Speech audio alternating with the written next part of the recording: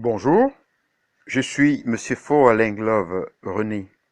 Aujourd'hui, dans le cadre du cours de philosophie sur autrui, nous allons voir autrui comme obstacle. En petit 1, une relation de conflit. On peut concevoir la relation à autrui comme essentiellement marquée par le conflit et la rivalité. Chaque conscience cherchant à s'imposer à l'autre, en exprimant sa dimension de liberté et sa capacité de désir. L'analyse que propose Hobbes de l'état dit de nature montre ainsi des individus aux aptitudes différentes, mais finalement égaux dans la guerre de tous contre tous, qui les opposerait dans leur lutte pour la survie et pour le pouvoir. En petit 2, nous allons voir une lutte pour être reconnu par autrui.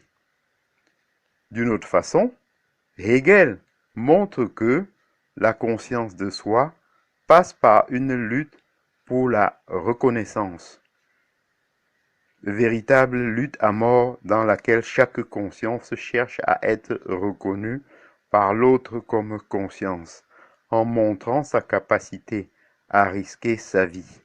La conscience qui parvient à affirmer sa liberté à l'égard des valeurs vitales est alors reconnue par l'autre comme conscience. Celle qui reste attachée à la vie est au contraire esclave, non reconnue par l'autre comme conscience, c'est-à-dire avoir peur de mourir, est en ce sens une manière de dépendre de l'autre. En petit 3, nous allons voir une perte de liberté. Autrui peut être conçu comme une conscience qui juge, qui nous enferme dans un jugement et qui par là même nous prive de notre liberté face au jugement d'autrui. Je ne suis plus qui je veux. Je deviens un objet pour le regard d'autrui. Je deviens ce que je suis pour autrui. Ce que Sartre appelle l'aliénation.